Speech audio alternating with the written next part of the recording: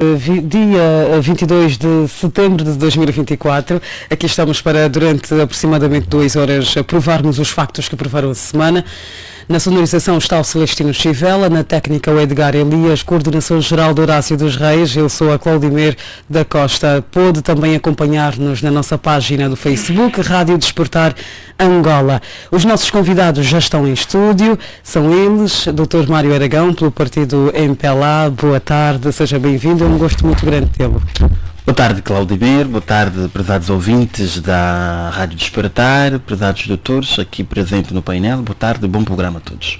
Muito bem, uma saudação breve, obrigada pela capacidade de síntese. Está também connosco o politólogo Gelson Saluça, faz tempo que não vem aqui aos estúdios da Comercial Central, da Comercial Despertar, desculpa, seja bem-vindo, é um gosto muito grande tê-lo. Boa tarde, Cláudio da Costa. É de facto também um bom gosto vê-la, não é? Faz muito tempo que não me sinto presente aqui nesse espaço, mas certamente temos estado a servir o país em várias outras latitudes, em vários outros locais e, portanto, também aproveito para saudar o doutor Mário Aragão, que já me fez a mesma questão em relação à ausência, e efetivamente é o doutor e deputado Olívio Quilumbo, e sem menos referência a todos os ouvintes da Rádio Comercial Despertar. Muito bem, por último, mas não menos importante, está o Dr. Olívio Quilumbo, é deputado pelo Partido UNITA. Boa tarde, obrigado por ter aceitado o nosso convite. Boa tarde, obrigado. Muito bem, não estávamos à espera desta saudação tão breve. Superou. Foi propositada. Estamos acostumados com as réplicas. Estamos acostumados com as réplicas. Estamos aqui a ver. Estamos acostumados.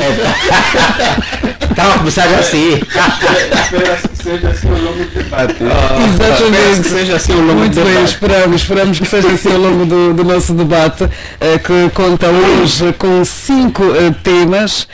Primeiro, o Censo Geral da População e Habitação arranca a meio a confusão, críticas e desconfianças sobre o processo. Transparência fiscal no SPALOP vista a lupa pelo Departamento Americano. O relatório conclui que falta independência na instituição máxima de auditoria, assim que está correto, do Estado angolano.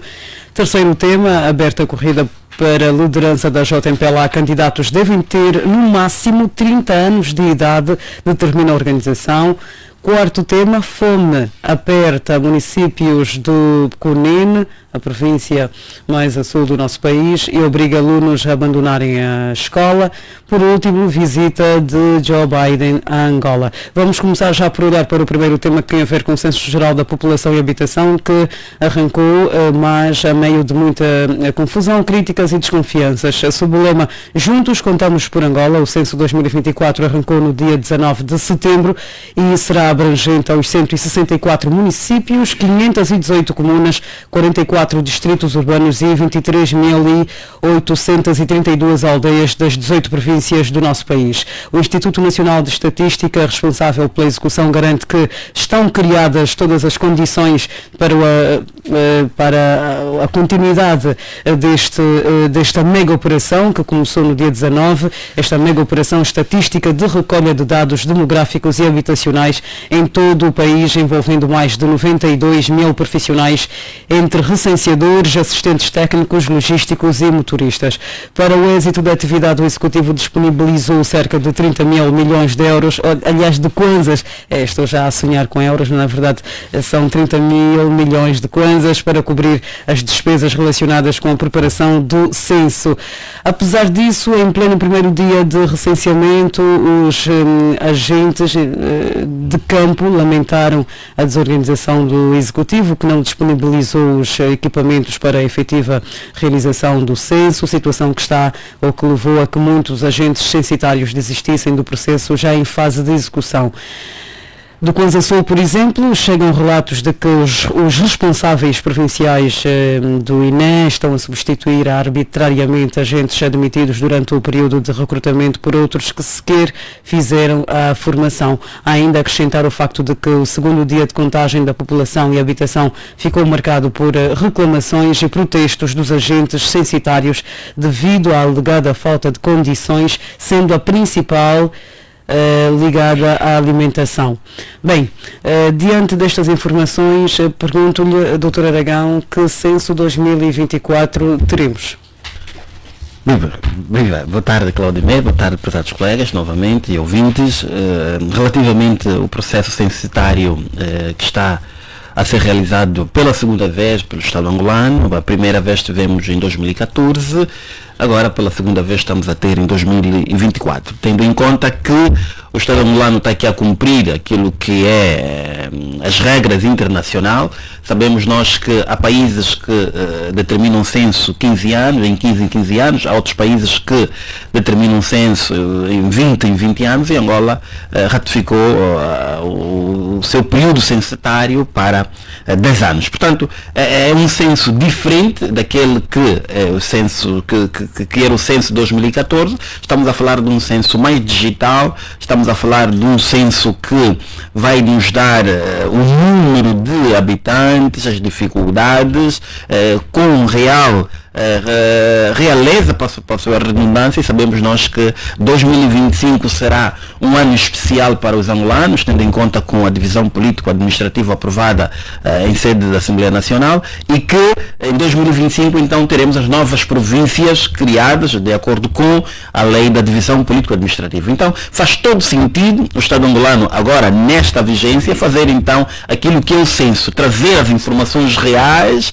das preocupações dos cidadãos, e só assim é que vamos fazer e que vamos ter um orçamento virado às questões sociais, questões de infraestruturas, questões humanitárias, para então podermos salvaguardar aquilo que são os interesses da população para o ano 2025. Portanto, de acordo com as informações que estamos a ter das burocratização daquilo que é o censo, pelo menos aquilo que me chegou até o momento, é a falta do contrato dos agentes. Portanto, o diretor-geral do INE garantiu categoricamente em comunicado de imprensa que os contratos estão a ser feitos, estão a ser compilados, e qualquer altura, qualquer momento, os agentes censitários hão de assinar o referido contrato, embora sendo um contrato de adesão, um contrato que não abre margem para discussão, mas eu entendo que até o momento não há aqui muita burocracia, não há aqui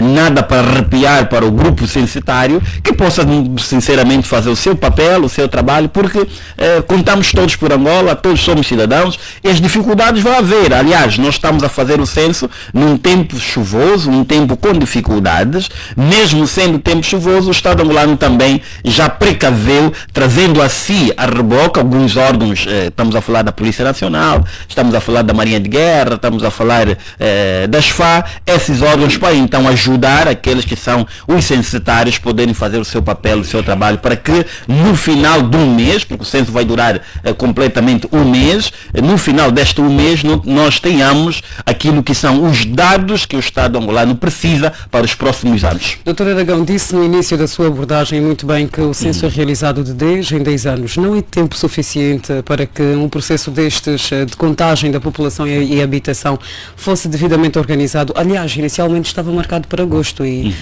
na altura aventou-se o facto de não terem sido na altura ainda reunidas todas as condições, razão pela qual passou para setembro, e ainda continuamos a ver cenários que apontam para a falta de organização. Não podemos aqui trazer falta de organização. Nós temos que saber que o censo não é feito só numa província, o censo é feito a nível nacional, o censo não vai ser feito só na província de Luanda, só no município, não. Nós estamos a falar de um censo a nível nacional. E na primeira fase, quando o censo foi adiado, e eu, graças a Deus, estive na conferência de imprensa, convidado pelo próprio INE, era na condição de que o material informático, na altura, não estava ainda com previsão de chegar a Angola. A previsão do material era no mês de setembro. Logo, por isso é que a comissão multissetorial levou o tempo todo e remarcou o censo então para o dia 19. Portanto, as dificuldades vão sempre existir. Agora, o Estado angolano, a comissão ora criada para a organização do censo, é que deve satisfazer, deve responder na melhor forma possível essas dificuldades. Portanto, nós estamos a falar de cerca de mais de 3 mil jovens que vão trabalhar no censo. Naturalmente, dificuldades para a elaboração do próprio contrato de adesão, embora a nível das províncias os coordenadores são os governadores, mas a nível central a comissão organizadora é que vai gizar as políticas para que nós tenhamos um censo com lisura, um censo transparente, para que nós tenhamos os dados eficazes para nos ajudar naquilo que é o Orçamento Geral do Estado, que vai ser discutido agora em dezembro de 2024. Doutor Aragão, só mais uma pergunta. Temos ou não, disse há instantes que são mais de 92 mil jovens envolvidos neste processo. Acha que estes agentes estão devidamente preparados, capacitados para a recolha de dados credíveis? Portanto, o INEA fez o seu papel, deu formação aos jovens para trabalharem nesse mesmo censo. Eu dizia na minha primeira intervenção, nós estamos a falar de um censo diferente do censo de 2014. O que é que há de diferente? O que há de diferente é que este censo é meramente digital. É um censo que será feito à base do computador, onde o cidadão irá recolher os dados, automaticamente já estará a refletir na base de dados daqui da central do INEA. Portanto, é um censo diferente. Os cidadãos foram formados. Hoje mesmo eu me deparei com alguns cidadãos em algumas escolas a serem novamente formados, estão a fazer a recapitulação daquilo que aprenderam no mês de agosto. Portanto, está aqui o serviço bem gizado, serviços bem feitos, e o Estado angolano cumpriu taxativamente aquilo que são os princípios e as normas do programa censitário. Doutor Aragão, desculpe, estes jovens estão a fazer recapitulação, hoje são 22 de setembro, o censo arrancou no dia 19, neste período já terão eles esquecido tudo que aprenderam? Não. Quando nós falamos que os jovens estão a fazer recapitulação, não quer dizer que já esqueceram aquilo que eles aprenderam em agosto, embora sendo na fase do trabalho, mas é importante que cada dia que passa nós temos que formar o jovem. Portanto, estão a fazer o seu papel, estão ali a ser formados, ali os contratos provavelmente serão assinados durante a semana e o censo está a decorrer. Portanto, não há aqui nenhum arrepiar. O Estado angolano cumpriu taxativamente aquilo que são os programas, as exigências do programa, do plano censitário. Obrigado, doutor Aragão. Vamos agora passar a palavra, enquanto bebe um pouco de água, vamos passar a palavra aqui ao Dr. Olívio Quilumbo. Queremos ouvi-lo também relativamente a este primeiro tema que estamos a abordar. Estamos a olhar para o censo 2024, que arrancou no dia 19 de setembro. A UNITA, na voz do seu porta-voz Marcial da Chala, diz que o censo 2024 parece estar a prosseguir objetivos inconfessos. A pergunta que lhe vou fazer vai mesmo em direção a essa afirmação. Porquê desta afirmação? Quais seriam estes objetivos inconfessos? Olha, eu gostava de ter o olhar mais abrangido, visionário não diria, o olhar correto do meu colega aqui neste momento, que não viu nenhuma situação de anormalia no processo do arranque do censo. A visão de Marcial da Chala é no sentido de alertar o nível de desorganização altíssimo que está a macular esse processo. E se o censo tinha que começar em agosto, não começou em agosto, está a começar hoje, isso significa organização, então o dicionário de língua portuguesa ou foi alterado, ou a palavra de organização passou a ter uma outra semântica, e isto se calhar prejudica os ouvidos ou a alma de Luís de Camões, que é o indivíduo que inventou a língua portuguesa. São muitas denúncias, várias denúncias, que demonstram desorganização de um processo que é de 10 em 10 anos, no caso da Angola, e se de 10 em 10 anos, qualquer governo, por mais incompetente que seja, tem tempo para preparar um processo que leva 30 dias de execução, mas leva 10 anos de preparação. Este é um ponto. Outro ponto, para qualquer partido, para qualquer Estado político, é importante que existam instrumentos de governação. O censo é um instrumento de governação. Para no censo tens a opinião pública, estudos de opinião é um outro instrumento de governação. Estes dois são fundamentais, sobretudo para as políticas públicas, para orientar o político. E o censo em Angola é algo novo. Na era colonial houve um, mas Angola era independente. Antes de 2010, o facto de não ter havido censo organizava-se os maiores roubos do OGE, porque o OGE é feito na base de um número exato, ou aproximado, número aproximado, de pessoas existentes no espaço territorial, e sobre estes foca-se as políticas públicas. Ou seja, qualquer pai em casa não vai fazer uma avaliação financeira ou uma projeção financeira sem saber o número de filhos que tem. É mais ou menos como o censo. Nenhuma política pública é feita sem que se tenha em linha de conta quantas pessoas vivem naquele estado. E antes do censo era uma reclamação que a sociedade civil apresentava, partidos políticos na oposição apresentavam, economistas apresentavam que não era possível se fazer o orçamento geral do Estado sem que se tenha este instrumento fundamental. E em 2010 partiu-se para esta ação, que tinha alguma organização, é bom que se diga isto, e custou 3 vezes mais do que esse, salvo o meu entendimento. Na altura eram 200 milhões de dólares, e culminou também com a inauguração daquele edifício onde hoje está o INE. Este está a pouco mais de 32 milhões de dólares, salvo o meu entendimento, faça 30 bilhões de kwanzas.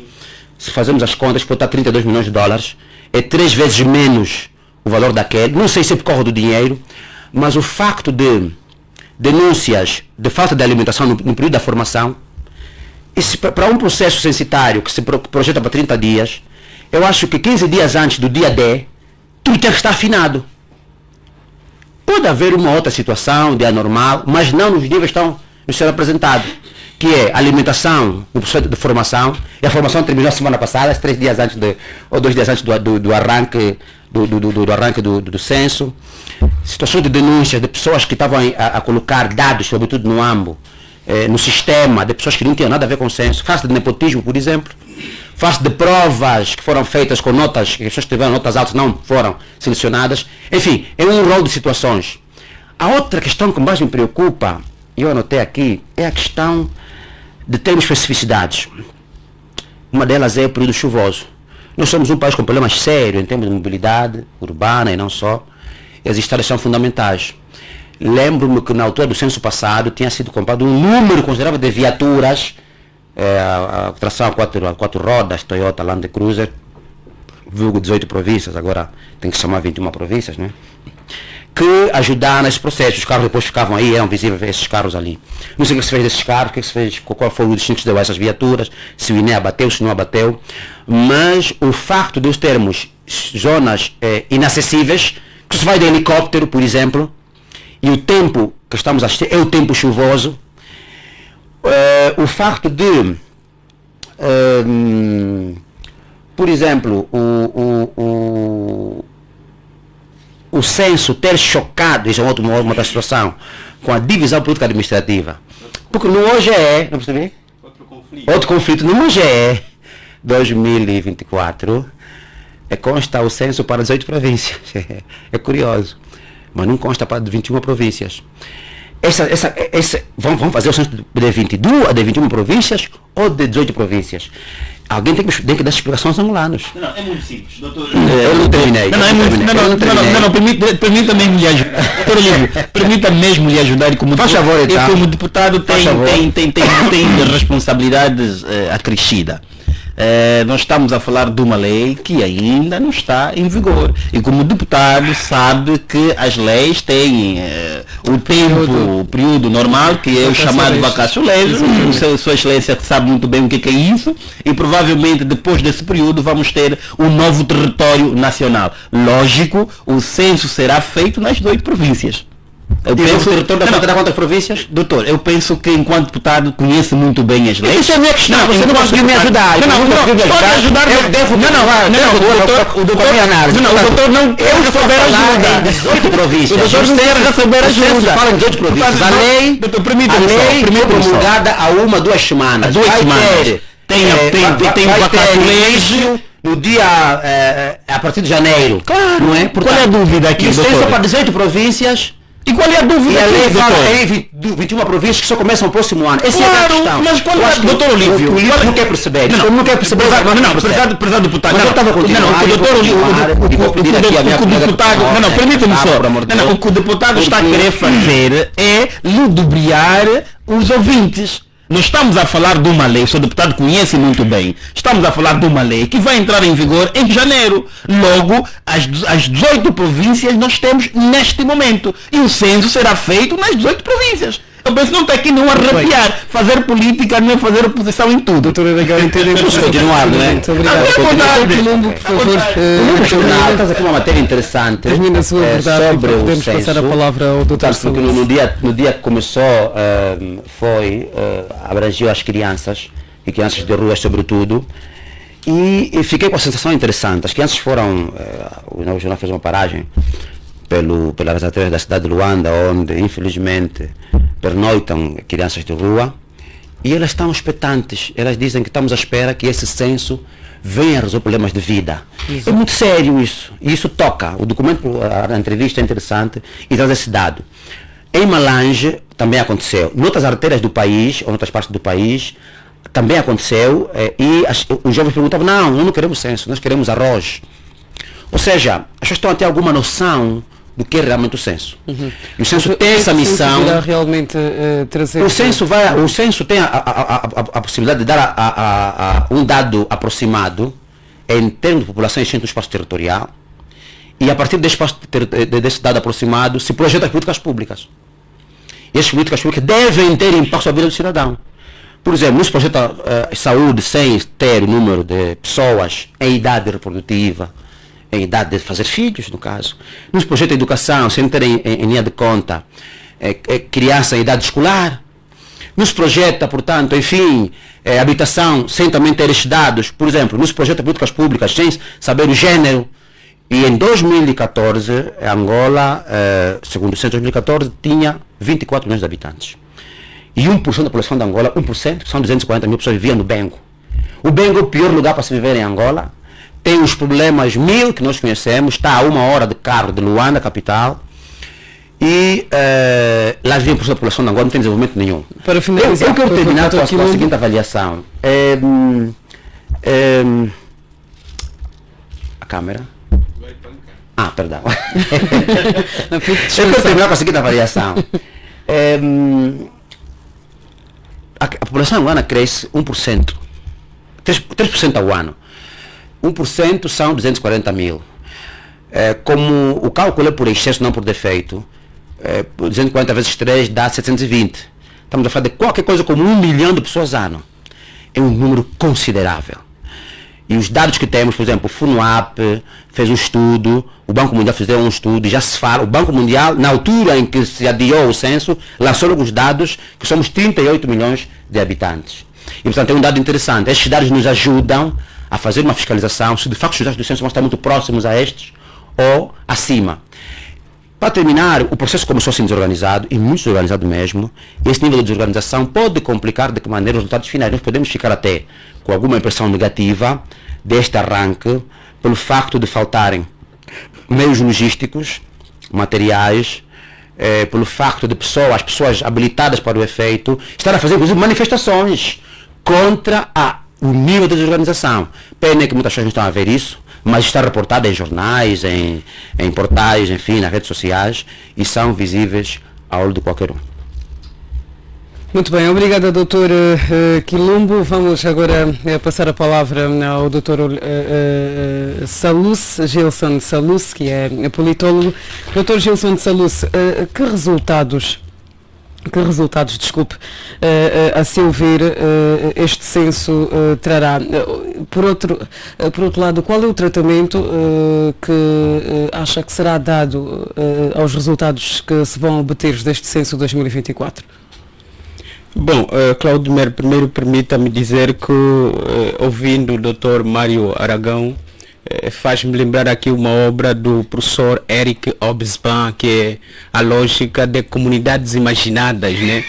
O Dr. Mário Aragão parece estar aqui a imaginar uma comunidade angolana que não é aquela Angola que a realidade objetiva nos oferece, né? Tem-se dito filosoficamente que nós podemos branquear tudo, mas é impossível branquear a realidade social, a realidade econômica, a realidade política. Por quê? Porque elas são objetivas. E como são objetivas, por mais que hajam tendências de subverter aos olhos nus de quem está a viver, de quem está a ver, de quem está a ouvir, de quem está a sentir o que vive, certamente que só se pode pensar na criação de uma falsa realidade que não é objetiva, que se está a viver. Portanto, o que é que se pode dizer em relação à questão que me faz Claudimir? Só o facto de começarmos a tutubiar com o processo por conta do adiamento já trouxeram, portanto, na praça pública um conjunto de questionamentos sobre a autenticidade do próprio processo. Portanto, nós estamos a nos referir do Instituto que, por excelência, tem responsabilidade de fazer estatísticas para o país, que conduzam qualquer governo a tomar as medidas políticas mais realistas, mais objetivas possíveis e que está a cometer erros de cálculo. Portanto, significa isso dizer que provavelmente os resultados que viremos a ter poderão não ser satisfatórios do ponto de vista da descrição da nossa realidade, quer demográfica, quer social, quer econômica e quer política. Portanto, nós estamos a sensivelmente 4 dias desde que o processo arrancou e não sentimos, não vemos dinâmica sequer nenhuma em relação ao próprio processo. Se eu perguntar a Claudimir se já recebeu visitantes em casa, certamente me dirá que não. Não porque ainda não chegaram na casa da Claudimir. Não, porque provavelmente ainda não estão no terreno. Provavelmente ainda não estão a trabalhar. E se não estão a trabalhar, é claro que o nosso patriotismo não deve ser cego à nossa realidade objetiva. Pressupõe-se dizer que há aqui erros de cálculos, há aqui uma desorganização total e absoluta que está a inquinar esse processo. Portanto, nós temos estado a acompanhar nas redes sociais, nós temos estado a conversar com as pessoas, nós temos estado a ler diários de notícias, sites e não só. E toda a informação que conseguimos coletar é de que ainda estamos longe do verdadeiro momento censitário no país. Por quê? Porque mapeando o país, estamos na ordem de 80% a 90% de lacuna, ou seja, de vazio. O que significa, se porventura o censo já arrancou, terá arrancado num percentual de 10% dos cidadãos angolanos, das populações e das habitações que existem no país. Então, isso não é desorganização. Então, se até agora, eu não sei se a Claudimir, ao vir para cá à rádio, terá cruzado com um cidadão compatriota seu, com as vestimentas do censo que indicasse que estivesse a coletar informações. Não, como também, claro, terá sido a realidade do Dr. Mário Aragão. Não acredito que em sua casa já terão coletado as informações. Então, eu penso que nós estamos com enormes problemas. Doutor Salus, e esses problemas em relação... O censo irá até ao fim do mês, portanto, ainda há tempo para recepcionarmos os agentes em nossas residências. Hoje é domingo, 22, portanto o censo começou no dia 19. Acredito que devemos aguardar pela chegada dos recenseadores. Certamente que sim, mas quando você olha para a ratio entre o período em que nos encontramos e, portanto, a duração do próprio censo, é tendo em conta o exercício que, portanto, os cidadãos envolvidos neste processo vão fazer. O que significa dizer que esta ratio de 30 dias pressupõe o exercício que vão fazer em relação ao número de habitações, ao número de familiares que tenha de visitar. Então, estando atrasados 4, 5 dias, é claro que isso pode inquinar, pode fazer com que estes venham a não chegar, portanto, a coletar todo um conjunto de informações relacionadas às populações, relacionadas às habitações, o que permitirá, claro, que o erro de cálculo, que também é erro político, venha, portanto, a exigir aquilo que nós já estamos a pensar, que é possivelmente uma prerrogativa, ou seja, poderão vir a estender o período. Por quê? Porque o período está eivado de corruptelas no sentido de desorganização, corruptela no sentido de muita desordem, porque também... não. Porque também, Claudimir, eu não me lembro de ter ouvido o Presidente da República, enquanto o máximo magistrado desse país, a referir-se sobre a importância do censo, a incentivar os cidadãos a pronunciar-se no sentido de que necessária uma comunicação neste sentido. É necessária. Nós estamos a ver um Presidente da República que parece que não está interessado com o censo. Nós estamos a ver um Presidente da República... Não, está aí mal. Mas vai ter... Está aí mal. Doutor, está aí mal, o colega está aí mal. Permita-me lhe ajudar. Permita-me mesmo lhe ajudar. Não é uma questão mesmo de lhe ajudar enquanto didático, enquanto estudioso. Está aí mal. Primeiro é que houve uma comissão criada. Quem criou a comissão? Foi o Presidente da República. É uma responsabilidade política. Permita-me. Foi o Presidente da República. E se o Presidente da República, permita-me, para lhe ajudar mesmo, se o Presidente da República teve uma habilidade e teve as competências de criar a comissão, lógico, liderado pelo seu ministro Furtado, lógico, o seu ministro, um dia antes, penso que no dia 18, fez conferência de imprensa. Agora, não é possível nós metemos o Presidente a comunicar tudo. Não! As funções, não, permita-me, as funções estão partilhadas. E aqui o Presidente esteve muito bem. Aliás, foi o primeiro cidadão angolano a ser visitado. Nós vimos as imagens que a Presidência fez circular. Agora, onde é que está a falta do interesse do chefe de Estado? Eu penso que esteve mal nesta tua análise. Refaz-se. Ainda há tempo para se refazer. Eu aconselho. Bom, eu compreendo o posicionamento do Dr. Mário Aragão, mas como deve compreender, até hoje parece que é uma discussão segundo a qual o censo só terá iniciado e finalizado na casa de Sua Excelência, o Presidente da República. Por acaso, há jornais que fizeram uma nota a respeito e pronto, as afirmações aqui do Dr. Sim, quando o Dr. Mário Aragão fala da amabilidade, na verdade não é amabilidade, o Presidente é o único que tem, portanto, poderes para o fazer. Não seria o Gilson a convocar o Ministro de Estado da Casa Militar a dizer, para meu caro, comece o processo. Não, isso é competência, é responsabilidade política. Agora, enquanto o titular... Dr. Gilson está a me dar razão que de facto o Presidente teve interesse. É competência única exclusiva. Teve interesse. Agora, Dr. Gilson não pode trazer aqui a colação à rádio que o Presidente não tinha, não se pronunciou relacionado ao censo. Isso não é verdade.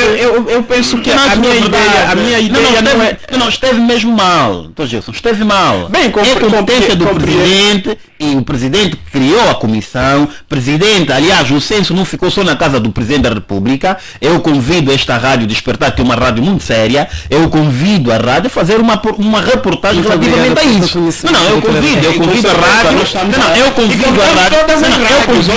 eu convido e outros meios que na abertura do censo, a partir das 0 horas, eu sou muito atento à comunicação social, a partir das 0 horas nós tivemos cidadãos no campo e que começaram a fazer o seu trabalho.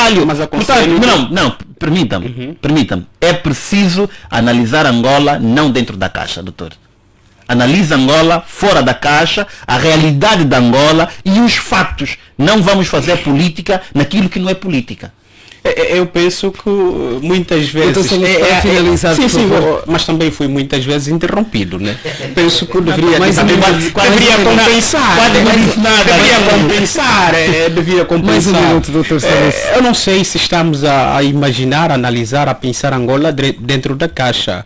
E pensamos nós que uma análise da Angola dentro da caixa é uma análise que descreve uma falsa realidade da própria Angola, da qual eu já fiz referência. Eu, quando falo do Presidente da República, é claro, estou a olhar para quem detém, exerce de facto o poder em Angola e que, por excelência, é, portanto, o mais alto magistrado do país. Daí é que, e tendo em conta o nosso modelo e a nossa forma governativa, uma voz do Presidente da República é quase que de cumprimento obrigatório, no sentido, claro, moral, político e não só. Daí que eu entenda o facto de o Presidente raras vezes pronunciar-se, não que tomasse o lugar, portanto, da comissão criada, mas no sentido de incentivar, no sentido de convidar que todos nós contamos para Angola e que é importante que os cidadãos todos se mobilizem para o censo, efetivamente, que provavelmente não teríamos o nível desorganizacional que estamos a ter com o processo do censo e que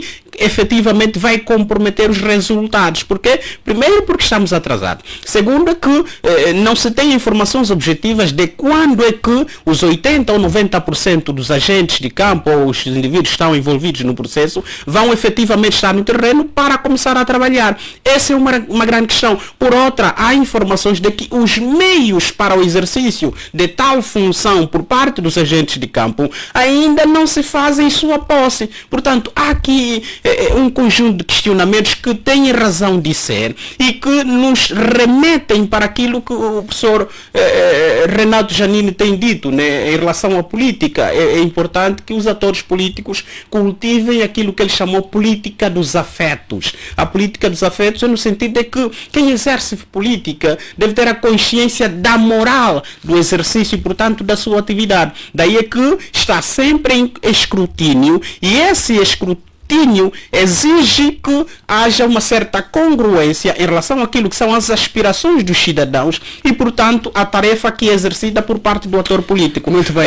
Todavia, nós entendemos, e claro, o Dr. Mário Aragão, desculpe, mas não imagine uma comunidade que não faça parte da nossa realidade. A Angola que eu estou aqui a descrever é a Angola que o Dr. Mário vive, é essa Angola que, portanto, faz aqui lembrar da anarquia, essa Angola que infelizmente tem bons filhos, mas também tem aqueles filhos que gostam de branqueá-la. Obrigado, o que não Saluso. ajuda muito. Precisamos de evoluir, contamos agora com 13h55. Esta é a Comercial Desportar. Pode seguir-nos também na nossa página do Facebook, Rádio Desportar Angola. Seguimos com olhando agora para o nosso segundo tema, transparência fiscal nos PALOP, vista à lupa pelo Departamento Americano. O relatório conclui que falta independência na instituição máxima de auditoria do Estado angolano. E vamos, pronto, já está no uso da palavra, Dr. Saluso, mas antes permita-me fazer aqui um pequeno enquadramento. O Departamento Americano concluiu que o país já tinha efetuado progressos significativos ao publicar rendimentos e gastos em documentos orçamentais tornados públicos, embora não tivesse incluído em detalhe alocações, rendimentos e informação de dívidas das empresas públicas. Para o Departamento de Estado americano, ou do Estado americano, a instituição máxima de auditoria não tem os padrões internacionais de independência, está a referir-se ao Tribunal de Contas, e não verificou também as declarações anuais financeiras do Governo, também não seguiu com efetividade as suas conclusões. Embora o relatório de auditoria contivesse conclusões, recomendações e narrativas substanciais, não cobriam ou não cobriram todo o orçamento anual executado, acrescenta o relatório.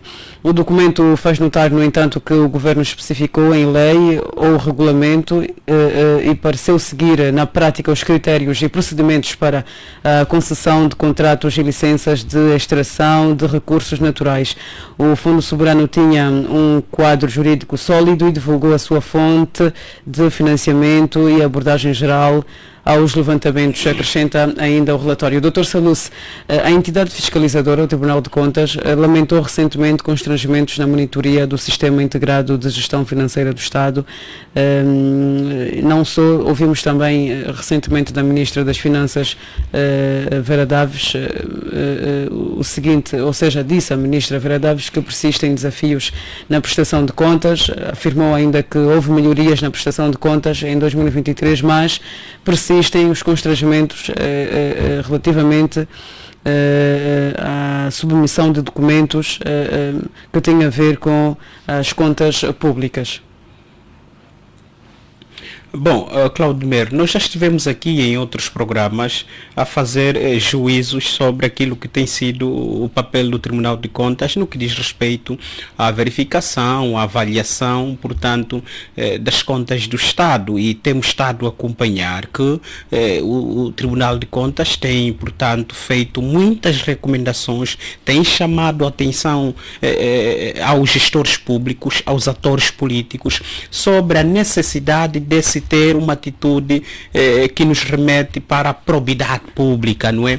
Para o respeito daquilo que, portanto, é de todos, do património público. Daí é que deve haver maior racionalidade, boa gestão dos recursos públicos, maior transparência possível. E quando nós falamos de transparência, portanto, vem aqui a lógica política do accountability, não é? Que é a ideia de que os atores políticos, os gestores públicos devem, portanto, oferecer-se à prestação de contas, e prestar contas de forma indireta é vir a público dizer como está a ser o processo da ação governativa, como é que os recursos públicos estão a ser geridos. Essa informação é útil, é necessária para os cidadãos. Portanto, como nós sabemos, os Estados Unidos, desde 2014, se a memória não me atraiçoa, por via de uma resolução do Congresso, começaram a conceber, por via do Departamento do Estado, uma exigência, relatórios sobre transparência fiscal, na lógica de que os Estados Unidos são bons doadores, não que a doação seja na lógica de dar sem que se espera retorno, não, é só uma forma soft de se dizer, né? Tem sido, portanto, por via do facto de geopoliticamente ser um país diretório, tem dado dinheiro, tem financiado projetos, portanto, em muitos países, e África, Angola, claro, não tem sido exceção. Daí é que concebem sempre um relatório para avaliar o grau de execução, portanto, a forma como estes fundos são utilizados, se são utilizados com racionalidade, se são utilizados com transparência. Daí é que eles, ao conceberem este relatório, olham para dois critérios muito objetivos. De um lado é o nível de divulgação, por exemplo, dos orçamentos gerais do Estado. E em relação a Angola, para esse aspecto, há aqui aquilo que se compreende como tendo sido um progresso significativo, porque do ponto de vista do Orçamento Geral do Estado, o relatório faz menção de que o Estado angolano tem estado a disponibilizar por vários meios informações relativas ao Orçamento Geral do Estado, mas há vazios, existem vazios, como é, por exemplo, a clarificação, a publicação de informações mais claras, objetivas, rigorosas, em relação, por exemplo, à dívida às empresas, quer a nível interno, quer a nível externo, e claro, esse apelo sobre, muitas vezes, a subalternização daquela que é a instituição fundamental para a transparência da coisa pública, que é o Tribunal de Contas. Portanto, este tribunal tem exercido a sua função, tem feito alguma coisa, mas não tem sido levado em conta. Portanto, suas recomendações não são acatadas, não são executadas. Por que isto não tem estado a acontecer, Dr. Salus?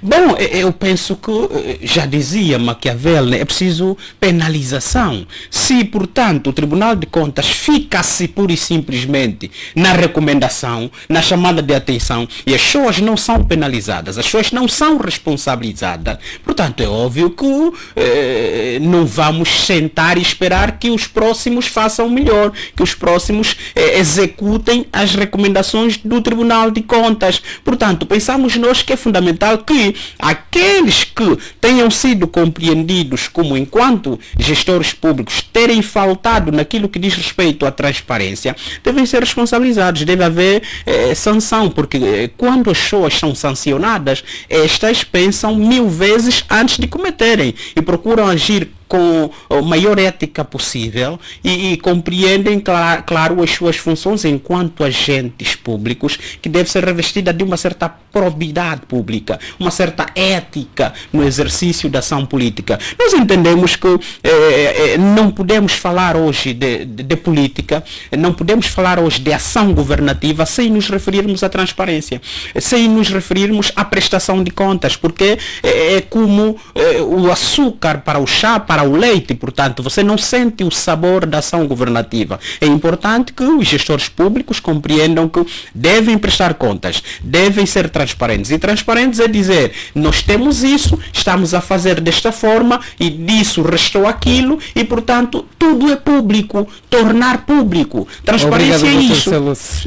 Dr. Olívio, o Departamento americano sublinha que, embora os relatórios de auditoria contivessem conclusões, recomendações e narrativas substanciais sobre as dívidas das empresas públicas, sobretudo, estas informações não cobrem todo o orçamento anual executado. Que interpretação pode ser feita desta observação? Olha, é interessante porque o pior problema do Executivo angolano é a prestação de contas. A Conta Geral do Estado tem pouco menos de 13 anos. O início da apresentação pública da Conta Geral do Estado é de 2003, 2012. A apresentação pública do Orçamento Geral do Estado em Angola não tem 20 anos. Ou seja,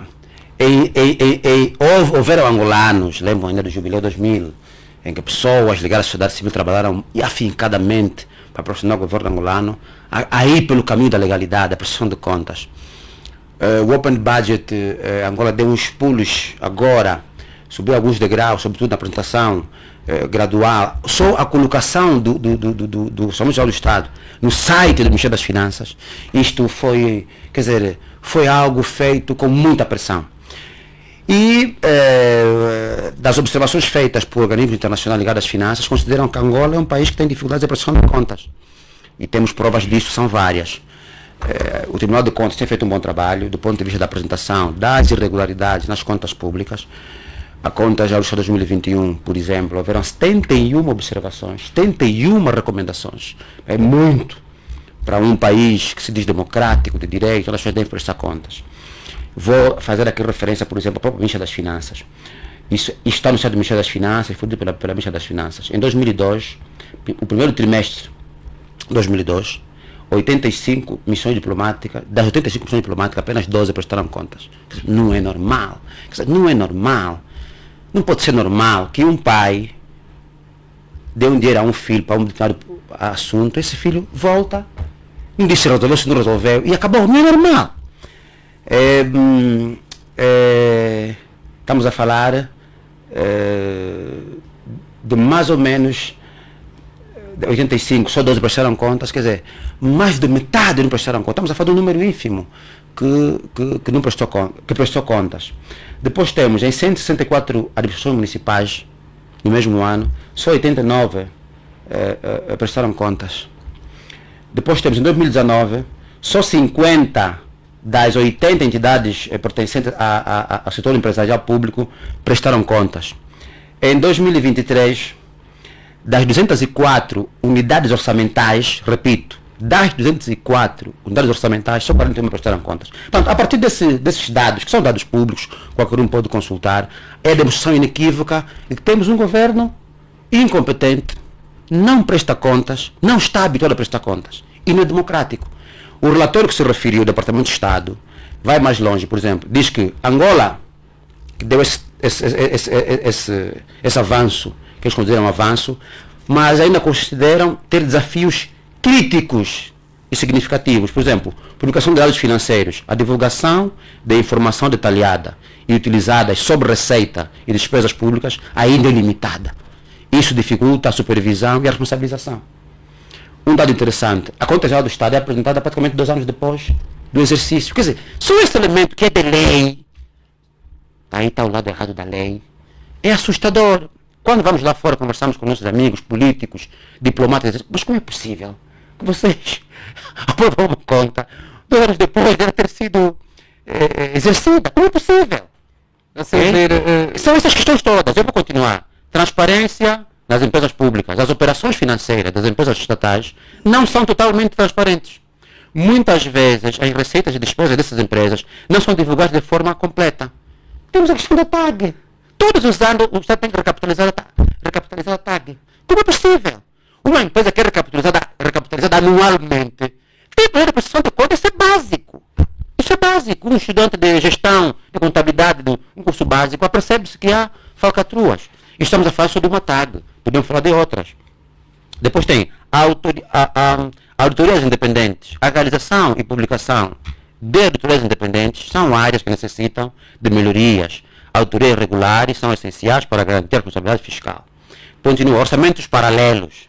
Repito, orçamentos paralelos. Existem fundos e contas que operam fora do orçamento oficial. E isto é uma coisa dita várias vezes em todos os anos que há orçamento geral do Estado. Há um orçamento que não é oficial e que é muito próximo ao orçamento geral, em termos de números, que está na gestão do Presidente da República. O que complica a visão geral das finanças públicas e reduz a transparência. Ou seja, há um famoso saco azul que satisfaz interesses que não são dos angolanos e que não está aos olhos das instituições que devem fiscalizar, no caso da Assembleia Nacional, sobretudo. E temos outra que diz captação institucional, a capacitação institucional, melhor. As instituições governamentais ainda enfrentam limitações em termos de capacidade para gerir e monitorar as finanças públicas de forma eficaz. Isto inclui a necessidade de mais treinamento, mais recursos e etc. Portanto, ele diz, olha, estes desafios são críticos para melhorar a confiança pública e atrair investimento estrangeiro. É a parte que eu mais gostei. Para melhorar a confiança pública, atrair investimento estrangeiro. Diz-se que Angola atrai investimento estrangeiro. Angola atrai intenção de investimento estrangeiro. Uma coisa é a intenção, outra coisa é a intenção transformada em realidade. São coisas completamente diferentes, tanto no dicionário de língua portuguesa, quanto em qualquer outro dicionário em chinês ou japonês, seja lá que seja. O que eu posso dizer é que nós, em Angola, temos problemas sérios na questão da gestão da coisa pública. Por isso é que temos programas que não terminam, onde tive uma formação interessante em fiscalização da Assembleia do Estado, feita pela Associação de Justiça e Paz da CEASTE, dada por um economista brilhante, que explicou coisas difíceis em palavras fáceis e que percebemos como se faz. Então ontem foi um dia memorável e partilhamos neste espaço razões, por exemplo, que levam a UNITA, enquanto partido político e grupo parlamentar, a nunca ter aprovado o Orçamento Geral do Estado. É por essas razões. Um Orçamento Geral do Estado que tem, portanto, visão política, econômica e de lei. É a lei do OGE. Ele é mais político porque ele tem mais cunho político, a vontade de um grupo político em olhar para uma visão política prejudicando grandemente o Estado. Quando não se prestam contas públicas, não é possível haver relação com os cidadãos, donos do dinheiro, e com o mundo que quer investir em Angola. Obrigado, Dr. Olívio, pelo seu parecer. Dr. Mário Aragão, temos um governo incompetente que não presta contas? Há ou não transparência orçamental? Ou seja, temos ou não problemas na gestão da coisa pública? Portanto, de acordo com aquilo que o deputado Olívio aqui falou, eu entendo que o deputado está aqui a trocar, a despertar com a bancada parlamentar da UNITA. Portanto, nós estamos numa rádio, não estamos na Assembleia Nacional. E é preciso separarmos as águas. Mas os dados... Permita-me, Sr. Deputado, eu quero saber. tem dificuldades em ser democrático? São os dados que eu avancei ou a forma que eu avancei os dados? Tem dificuldades. Onde há dificuldade do professor de O seu deputado tem dificuldades em ser democrático? Não, vai anotando. São os dados vai anotando. Vai anotando. São dados do Ministério das Finanças. Vai anotando. Seu deputado, vai anotando. Eu percebo arrepiar.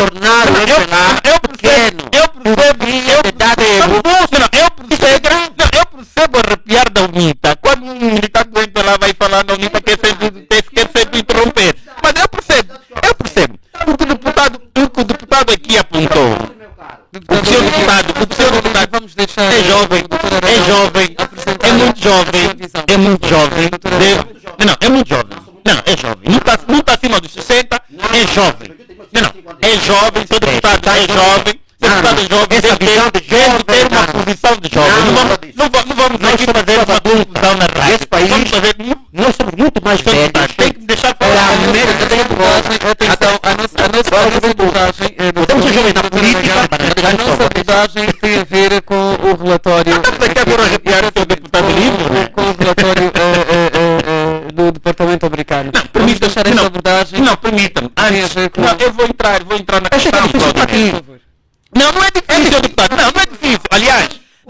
difícil. Não é difícil. Não é difícil. Não é difícil. Eu não vou dizer mais nada, vamos calar. Muito obrigado, senhor deputado. O jovem da bancada aqui, muito obrigado. Não é difícil porque o presidente do MPLA, quando tomou posse, reconheceu que há corrupção. Que há corrupção em Angola. Aliás, apontou os militantes do MPLA à frente desta corrupção. Daí a razão que o MPLA trouxe o combate à corrupção em Angola, que está a ser realizado da melhor forma possível. Agora, permitam-me só, está a ser, o Executivo está a combater a corrupção e os tribunais estão a julgar os processos que vão chegar à mesa dos tribunais. Aliás, eu tenho dito que, e aqui há uma confusão que se faz, os tribunais não combatem a corrupção. É preciso que o ouvinte e os colegas aqui na bancada tenham noção que os tribunais não combatem a corrupção. Quem combate a corrupção é o Executivo. Mas permita-me aqui dar aqui algumas notas que o senhor deputado Lívia aqui levantou. Não se admite quem quer chegar ao poder interpretar Angola como se fosse o pior país do mundo. Não. Angola não é o pior país do mundo. Aliás, dificuldades há a todos os países. Agora, naturalmente que nós temos que caminhar com as melhores práticas financeiras. Os economistas percebem isso melhor do que nós.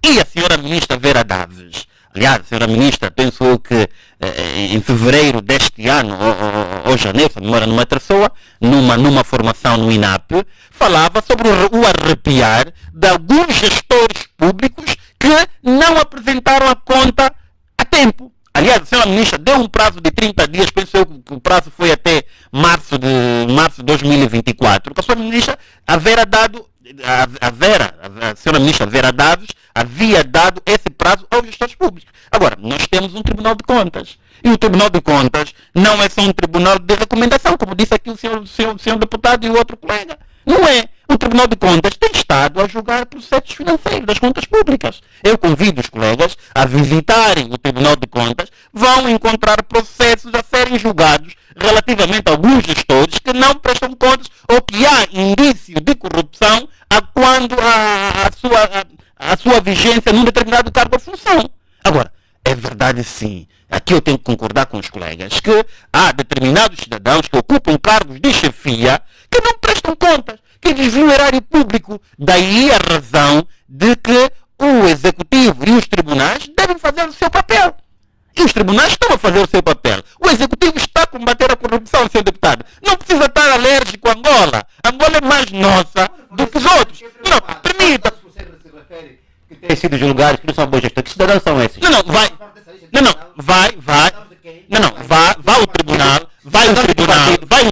Diga-me só. vai o tribunal. Você falou, meu cara? Aliás, doutor vou lhe esclarecer. Sim, cidadão de que partido? Doutor Olívio, não pinta. Não, permita. Eu vou lhe esclarecer. Não pinta aqui em Angola. Os únicos cidadãos que estão em cargo de chefia são militantes do MPLA. Não pinta isso. Eu lhe duvido. Doutor Olívio,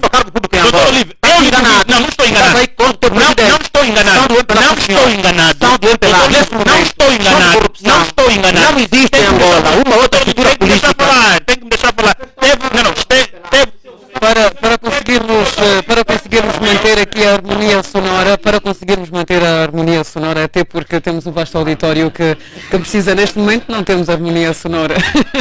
Bom, vamos pedir aqui ao Dr. Aragão que conclua, por favor, o seu pensamento para depois passarmos para o nosso terceiro tema. Por favor, Dr. Aragão. Doutor Olívio já terminou. Aliás, não podemos passar a imagem de que os gestores de Angola são os únicos do MPLA. Não são os únicos. Não são os únicos. Há gestores que pertencem à bancada da oposição. Doutor Aragão. Não podemos pintar isso. Aliás, quando estamos a falar de branqueamento, quando estamos a falar das questões do petróleo, permita-me só, deixa-me só parecer que o doutor Olívio. Doutor Aragão, para podermos também deixar o nosso vasto auditório devidamente esclarecido, consegue apontar dois nomes de gestores que estejam em cargos de direção, que sejam pertencentes ou que estejam vinculados? Na oposição. Exatamente. Não, por uma questão de respeito à pessoa, eu não vou trazer aqui o nome. Não, por uma questão de respeito e da pessoa e do processo em causa. Agora, se o deputado tem responsabilidade política, aliás, tem toda a competência de ir ao Tribunal de Contas e pedir essa informação. O Tribunal de Contas vai lhe passar. Vai lhe passar essa informação. Vá ao Tribunal de Contas, vai ao Tribunal de Contas e vai ter essa informação. E não adianta lá. Exatamente. Procura um diretor de uma escola, gestor de um banco, que seja da UNIT. Vai estar enganado, doutor Olívio. Procura. Vai estar enganado. Vai estar enganado. Vai estar enganado, doutor Olívio. Vai estar enganado. Já percebemos, muito bem, já percebemos, atenção. Têm os microfones desligados, meus senhores. Já percebemos que temos aqui duas visões totalmente diferentes. Vou dar 30 segundos ao Dr. Aragão para concluir e depois vamos passar a palavra ao Dr. Saluce para podermos evoluir. O doutor não tem direito de estar me interromper toda hora. Não tem direito de estar me interromper. Já está a interromper mais 30 segundos. Vou ter mais 30. Vai fazendo 1 minuto. Atenção, está a consumir os 30 segundos. Só que o doutor aqui está a fazer confusão. Meu caro amigo Olívio Quilundo. Uma coisa é cargos de chefia, de ministro, de governadores. Outra coisa é administrador, outra coisa é diretor de uma escola. Doutor, não estou a dizer que não prestam contas, devem prestar contas. É obrigação de prestar contas. Mário, permita-me, doutor Olívio, eu conheço diretores de escolas e são da UNITA. Eu, Mário, conheço. Eu não conheço, eu quero conhecer essa pessoa. Eu vou lhe dar o contato, depois do debate, eu vou lhe dar o contato. Mas um país com 36 milhões de habitantes, eu conheço. Não, isso é um fenômeno. É a pessoa que eu conheço. Pode haver mais. Agora, o que o doutor está a querer pintar os ouvintes é que só há pessoas nos cargos militantes do trabalho. Não é verdade. Não é verdade. Não é verdade. É a vossa verdade querer fazer política, penso que está a fazer mal. Obrigado, Dr. Aragão. Conseguimos perceber a sua visão. 1 minuto, Dr. Saluce. Depois vamos passar também a palavra ao Dr. Olívio para estabelecermos aqui a igualdade. Interrompeu bastante aqui Bom, qualquer fazedor de opinião, investigador dos fenómenos políticos, sociais, econômicos e não só, compreende que nós somos alérgicos à prestação de contas. É só ver que quando se chega a um cargo público, ninguém se oferece, portanto, a fazer publicamente demonstração daquilo que tem, daquilo que possui, daquilo que são os seus bens. Portanto, aquilo é feito por via do envelope lacrado e ninguém sabe, portanto, como as pessoas chegam, em que condições financeiras e econômicas chegam aos cargos que passam a ocupar, e quando saem de lá, nós só sabemos que saem de lá milionários. Agora, como se transformaram em milionários, portanto, nós não sabemos. É só para ver o nível de prestação de contas deste maravilhoso país. E quando você olha, portanto, para o relatório, há uma chamada de atenção do Departamento de Estado, que é o facto de que em Angola não se verificaram as demonstrações financeiras anuais do governo. E há outra questão também, que é o facto, no entanto, de muitas vezes haver variação no exercício, na execução orçamental e, portanto, o governo não se oferecer a fazer aquilo que é a revisão orçamental. E uma das grandes recomendações deste relatório é que se comece a fazer revisão orçamental ao longo de qualquer ano fiscal. Por exemplo, 2024 é importante, havendo variação, portanto, havendo suplemento ou não, omissão, por acaso também, que se faça a revisão orçamental, uma coisa que não tem sido feita. Portanto, é fundamental e é imperioso para boas práticas governativas, para uma ação governativa transparente, que as informações relacionadas a todo um processo daquilo que é o patrimônio público, não importa se seja por via da dívida ou não, que seja feito com a maior publicação publicitação possível. Para quê? Para que nós saibamos, portanto, como é que estão a ser usados recursos e, portanto, para que fins estão a ser dados, se satisfazem o interesse coletivo ou não. Nós estamos interessados em ter, efetivamente, governos que se oferecem para um exercício governativo transparente e que estejam continuamente sujeitos ao escrutínio, e isso só é possível com prestação pública de contas. Pronto, já consumiu o seu 1 minuto. Doutor Olívio Quilombo, por favor, em 1 minuto. Eu vou só ler aqui novamente os números. O problema dos números, os números em economia têm que falar. Em 204 unidades orçamentais existentes no país, só apenas, no caso, 141 prestaram contas. Ou não prestaram contas, melhor. Em 204, 141 não prestaram contas. Este dado, por mais que você estude em Harvard, em Yale, Stanford, Oxford University, não tens como defender isso. Portanto, meu amigo Aragão, não faça só isso, não fica bem. Já que você disse que não saiu bem, não fica bem, e não te extremo bem, porque isso tem dito pela ministra das Finanças, a tua ministra, eu de birô político, meu caro, não fica bem. Foi dito por ela. O que devias fazer era assumir que isso é um problema e encontrar um meio para pressionar os teus camaradas a serem bons gestores. O problema da Angola, da corrupção, é má gestão. O problema da fome, crianças fora de cima do ensino. Aliás, é sobre o problema de má gestão. Sim, é problema de má gestão. E, portanto, esse é o ingrediente da governação do MPLA. A má gestão. Porque está já no a festa, quando as pessoas são nomeadas para os cargos públicos. O presidente João Lourenço foi claro quando tomou posse em 2017. Até 2017, disse ele, saiu da Angola 100 bilhões de dólares. Isso é boa gestão. Então, se eu estou a dizer, eu disse aqui, são coisas ditas pelo pessoal do MPLA. O presidente está no uso da palavra. Mas enfim, eu entendo, eu disse, mas eu te entendo. Porque está no uso da palavra e tocou no assunto da fome, vamos já passar para o quarto tema, na verdade é o terceiro tema, depois vamos falar sobre o Congresso da JMPLA, mas por agora olhamos para este assunto que tem a ver com a fome, que está a obrigar alunos a partirem o lápis, permitam-me aqui a expressão, para matarem a fome. Os alunos nos municípios do Coroca, Ombanja, Inhama e Namacunde estão a desistir da escola por causa da fome. A denúncia é do responsável da organização não governamental Name Omuno, o padre Gaudêncio Félix Iaculienga, que considera grave a situação da fome na província do Cunene. Segundo o religioso, a população está abandonada à sua sorte e volta a apelar a intervenção do Estado ou a declaração pelo Estado de um estado de emergência para se evitar mortes de pessoas devido à falta de comida. Doutor Olívio, porquê que persiste o problema da fome, sobretudo no sul de Angola, quando o Governo já direcionou vários programas de fomento à agricultura, por exemplo, familiar? O que é que terá falhado? O que é que está a falhar? Fiscalização, obviamente. Voltamos ao tema anterior, fiscalização. Às vezes parte do coração. Um país com terras aráveis, água em abundância, cultura múltipla em termos de produção agrícola. Ter mesmo angolanos que morrem de fome. Parece que Angola é um país inviável, isso é natural. Parece que Angola é uma Etiópia, que são países que são 70% ou 80% do deserto. Parece que Angola é uma Namíbia, que do ponto de vista da natureza não foram agraciados com uma diversidade, com uma biodiversidade, com condições naturais para que este ser humano, mesmo estado de natureza, sobrevivesse. São essas questões que nós temos que começar a fazer. Do ponto de vista político, Jesus a questão da merenda escolar. Quer dizer que a merenda escolar não está a funcionar. Se a merenda escolar ficou provada que é o motivo que leva as crianças a se manterem na escola, então o número de crianças fora do sistema de ensino vai aumentar, e esse ano de facto aumentou, não é?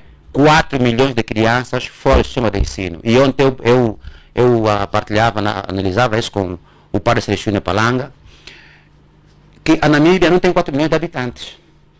Cabo Verde também tem 4 milhões de habitantes. Portanto, tem uma nação fora do sistema de ensino. Se esses números não doem, não roçam, não furam, não preocupam nenhum político, então é o fim da picada. Eu acho que depois eu questiono, para que serve a política então? O que é política, Gilson? Você que está ligado à ciência política, o que é política? Para que serve a política? Quando nós temos funções do Estado, e na Constituição está fins do Estado, ou peças fundamentais do Estado, quando lemos isso e encontramos lá as tarefas fundamentais, uma delas é erradicar a pobreza e a fome. Quer dizer, se na Constituição está escrito que deve se erradicar, no documento reitor da República de Angola, a fome, e o cidadão governante não erradica a fome, está a violar a Constituição, está a violar a lei. É dessas razões que nós estamos aqui a falar.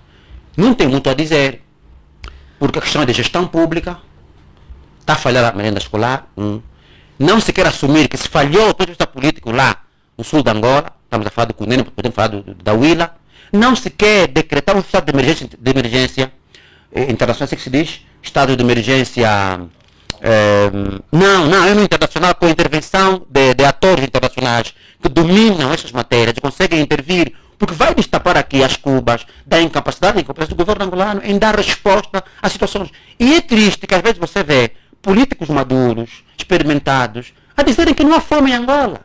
Isto é tão grave, porque é falta de sensibilidade. Uma das questões da política que os teóricos chamam é a vontade do político. A vontade do político é mais forte que as dificuldades. Por isso é que os Emirados Árabes Unidos fizeram aquilo que fizeram, porque têm vontade. E termino. Quem visita os Emirados Árabes Unidos, eles têm um vídeo com a história dos 30 anos deste país, que tem Emirados, né? Um deles é o Dubai, outro é Abu Dhabi. E uma das frases interessantes do Emir de Abu Dhabi é que ninguém é impedido de fazer o bem. Ninguém, literalmente ninguém, é impedido de fazer o bem. Se você uma vez quiser acabar com a fome na Huila, e no Cunene vai acabar. Mas ele não está interessado. Mas está interessado em fazer o seu muro, que em 2 meses está quase ao fim. É impressionante. Obrigada, doutor deputado, aliás, Olívio. O muro de Viana, o muro do Bungo, ao novo aeroporto, esse muro como refiro. Obrigada por esclarecer. Dr. Salus, queremos ouvi-lo também. Segundo dados recentemente divulgados pela agência de notícias Lusa, a fome no sul de Angola é das piores do mundo nos últimos tempos. Quem deve, a seu ver, ser responsabilizado pelo aumento da fome no sul de Angola? O Dr. Olívio disse há instantes que o governo, por exemplo, contempla a merenda escolar aos alunos do ensino geral. Por que estão estes a abandonar a escola devido à fome? Porque a merenda, por isso simplesmente, lá não existe. É uma questão de retórica política. Essa é a pergunta, essa é a resposta mais objetiva. E claro, uma outra resposta à pergunta que me dirige: quem deve ser responsabilizado? Portanto, quem governa? É o MPLA. Quem governa é o presidente João Lourenço. Então, quem nós devemos responsabilizar? Efetivamente, que é o presidente João Lourenço e, portanto, o seu partido, que governa esse país há aproximadamente 50 anos. Portanto, quem gesta as políticas, quem traduz aquilo que é o espírito coletivo dos angolanos, que emana da Constituição, sobre a promoção do bem-estar, sobre a garantia da justiça, sobre a observação, portanto, daquilo que são as tarefas essenciais do Estado. E quem governa é quem recebeu, por via dos cidadãos, a legitimidade, embora isso ainda alimente outras discussões, a legitimidade, portanto, de o fazer, de concretizar aquilo que são as aspirações dos angolanos. Portanto, a questão da fome, ela não é só hoje uma vergonha no sul do país, como a fome hoje, portanto, que nem a pintura que temos estado a ver dos prédios que nós vemos em Luanda. A fome hoje não é só no sul do país. A fome hoje está em todos os locais, em todas as províncias. A fome hoje, como já disse alguém, um problema de emergência nacional. Nós deveríamos decretar um estado de emergência por conta da fome. Nós não assistíamos situações que temos estado a assistir hoje, onde bem próximo de onde nós vivemos e, portanto, passamos e não só, assistimos pessoas a recolherem, a revistarem os contentores, à procura de alguma sobra, de algum resquício alimentício para portanto, sobreviver. Nós estamos num processo de subsistência. É vergonhoso para um país que até muitos dizem terá sido, e claro, eu concordo, foi abençoado por Deus, para os que acreditam na existência de Deus, efetivamente, não vou excluir ninguém, porque temos que ser inclusivos, tem toda a riqueza que tem do ponto de vista de ar, do solo, biodiversidade, recursos que quase banham todo o seu território. Vivenciar ainda pessoas aclamarem por simplesmente um prato na mesa, por um pão, por um chá, Portanto, isso seria uma vergonha política para quem exerce o poder em Angola, para quem revestiu-se, portanto, de poder e tem nesse preciso momento a faca, o queijo e as condições mais naturais para dividi-lo por todos e não tem feito. Portanto, em relação às crianças, é óbvio que o processo de aprendizagem exige que as crianças estejam nas melhores condições possíveis, e uma criança que vai à escola sem ter comido alguma coisa não está preparada para absorver, para aprender alguma coisa. Daí é que abandonam. Mas o Estado, por via da sua vontade expressa constitucionalmente de erradicar a pobreza, de agir por via das políticas redistributivas, que é dividir aquilo que é nosso, as nossas riquezas com os cidadãos, por via de políticas públicas óbvias, não tem feito o suficiente. Se, portanto, existem valores cabimentados para a merenda escolar e todos os meses, todos os anos, diz-se que terão sido executados, há aqui a necessidade imperiosa de se fiscalizar, de se exigir dados, de se exigir responsabilidades àqueles que têm a tarefa, portanto, de tornar possível essa política de merenda escolar, porque não precisamos ir ao CUNENE, ir ao ILA, para perceber que nós temos escolas do ensino primário que não têm recebido, portanto, essa merenda escolar. As crianças vão à escola e mais tardar 9, 10 horas têm que ir a casa. Por quê? Porque estão com fome, já não aguentam, e quando não aguentam, efetivamente, não estão preparadas para o processo de ensino e aprendizagem. E mais, a ministra Vera Daves, a quando dos seus pronunciamentos relativamente à conta geral do Estado de 2023, falou num superávit, nada menos, nada mais do que 237,57 mil milhões. O superávit, portanto, é aquela diferença entre o valor exigido para a despesa a executar e que fica uma margem. Essa margem entre aquilo que nós queremos, aquilo que nós temos, portanto, resta alguma coisa. Significa dizer que da cabimentação financeira orçamental do ano passado, de 2023, portanto, penso que terá sido isso, nós tivemos um superávit de 235 mil milhões. Portanto, significa que houve dinheiro. Há dinheiro para solucionar essas necessidades mais prementes. É vergonhoso que nós estejamos numa condição de sobrevivência, a viver um sufoco que, portanto, até muitos preferem clamar a Deus que em vez de ajudar, quando existem políticos, portanto, que foram chamados para solucionar estas questões mais básicas. Obrigada. Dr. Mário Aragão, estamos aqui a ver que a fome, sobretudo na província do Cunene, é objetiva e não relativa. Partindo do antigo adágio segundo o qual saco vazio não fica em pé, o que é que está a faltar para se acabar a definir, para que pelo menos se reduza o índice de fome no sul do país, sobretudo na província do Cunene? Porque acabar não vai acabar, né? A fome nunca acaba, e este é um assunto daqueles que eu tenho dito que no setor social, principalmente quando se trata de criança, nós temos de ser sério e deixar a política de lado e pensarmos na ação. Estamos a falar de crianças, aliás, o artigo 21 que narra as tarefas fundamentais do Estado, na sua linha D e E, a linha D diz promover o bem-estar e a solidariedade social, a linha E promover e a erradicação da pobreza, aquilo que levantou o senhor deputado. É importante sim, e são tarefas fundamentais do Estado. É importante, a ser verdade esta notícia, é importante que o Estado giza programas emergenciais para poder satisfazer a necessidade que é a necessidade das crianças. Aliás, nós temos o adágio que as crianças são o futuro da nação, são o futuro da manhã. Daquilo que tem estado a ouvir e a observar, peço desculpas, daquilo que tem estado a ouvir e a observar, a seu ver, há ou não neste momento fome no Cunene ao ponto de pronto, a pergunta que eu lhe quero fazer, estou só aqui a organizar o meu pensamento para me poder perceber. Há ou não fome na província do Cunene ao ponto de serem lançados, como temos estado a ouvir e a assistir, vários pedidos de socorro? Há ou não fome no sul do país, propriamente na província do Cunene? Eu vou já lhe responder, Claudimir, vou já responder essa tua questão, mas é importante aqui dar nota que para decretarmos o estado de emergência, o estado de sítio, é preciso algumas normas e é preciso cumprirmos taxativamente aquilo que são as exigências internacionais. E a nossa Constituição também nos dá esta liberdade e nos mostra quando é que devemos decretar o estado de emergência ou o estado de sítio. Portanto, fome há de Cabinda ao Cunene. Fome há de Cabinda ao Cunene.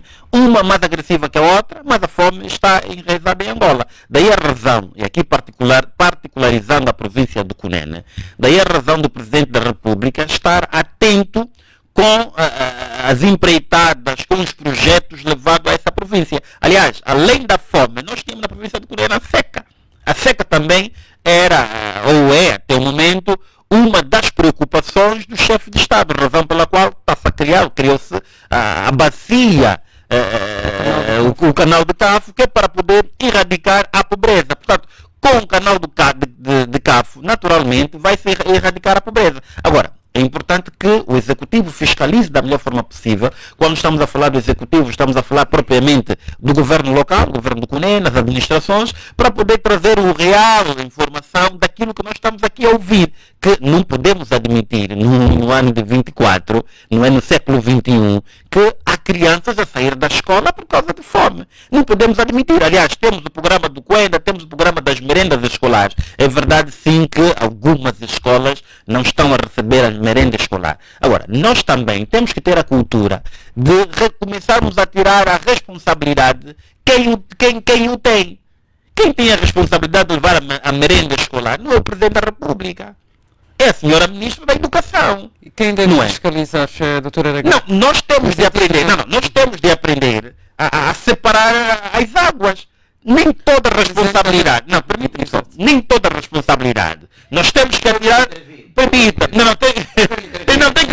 que me deixar falar, tem que me deixar falar. Vamos dar a palavra. O poder em Angola é unipessoal. E o meu cartão é a Constituição. E o doutor conhece a responsabilidade. É o titular do poder executivo, ok? E a ministra é auxiliar. Culpado é o presidente, eu sei que é difícil para ti, eu sou o líder, não é difícil. mas a culpa é do presidente. Doutor Olivo, não é. Ministra. Não é. Ele é o culpado. Doutor Olivo, não é. Nós autorizamos a ministra, temos que ir para o presidente, ele tem que autorizar o ministro, tem que explicar. Tem que deixar falar. Tem que deixar falar. Ele é o culpado, nós estamos já saber dele. Eu entendo é difícil para ti. Não é difícil. Não, sabe por que é difícil, doutor Olivo? Sabe por que é difícil? Porque nós estamos a reconhecer que de facto há fome. Agora, nós não podemos admitir. Nós não podemos admitir. Nós não podemos admitir. A falha do Mário Aragão. Atiramos do Presidente da República. Ele é o titular do poder executivo, meu caro. Doutor Olivo, ele é maior, meu caro. Não faça isso. É preciso. Bem, vou pedir aqui aos nossos... Vamos permitir a que o Dr. Aragão conclua o seu pensamento, mas, Dr. Aragão, devo aqui admitir que quando dentro de uma família os filhos cometem determinados erros, a responsabilidade recai aos pais. Não sei se concorda. Neste quesito, a responsabilidade a quem deve recair? Permita-me que o Dr. Olivo está, não sei o que eu digo, mas está arrepiado, Dr. Olivo. Não, mas é assim. Não, permita. Doutor Olivo, nós não somos. Não somos alérgicos. Esse é o culpado de tudo, ponto final. Tem que ser dito assim. Na tua perspectiva, como deputado. Na tua perspectiva, como deputado. Aliás, doutor Aragão, conclua o seu pensamento, depois vamos passar a palavra ao doutor Samuel. Por que é que eu digo? Por que é que eu digo? Estamos a ficar sem tempo. Sim, por que é que o doutor Olivo está a me interromper constantemente? Por que é que eu digo que é importante nós fazermos esse exercício? Por quê? Porque quer os governos provinciais, quer administrações municipais, quer os ministérios, têm a sua forma de trabalhar. Agora, foi um programa agilizado, Foi diferente daquela que foi idealizada pelo não pode ser uma forma diferente daquilo que foi a orientação do Poder Executivo. Daí a razão que eu estou a dizer que, se não está a chegar merenda nas escolas, naturalmente quem deve se responsabilizar era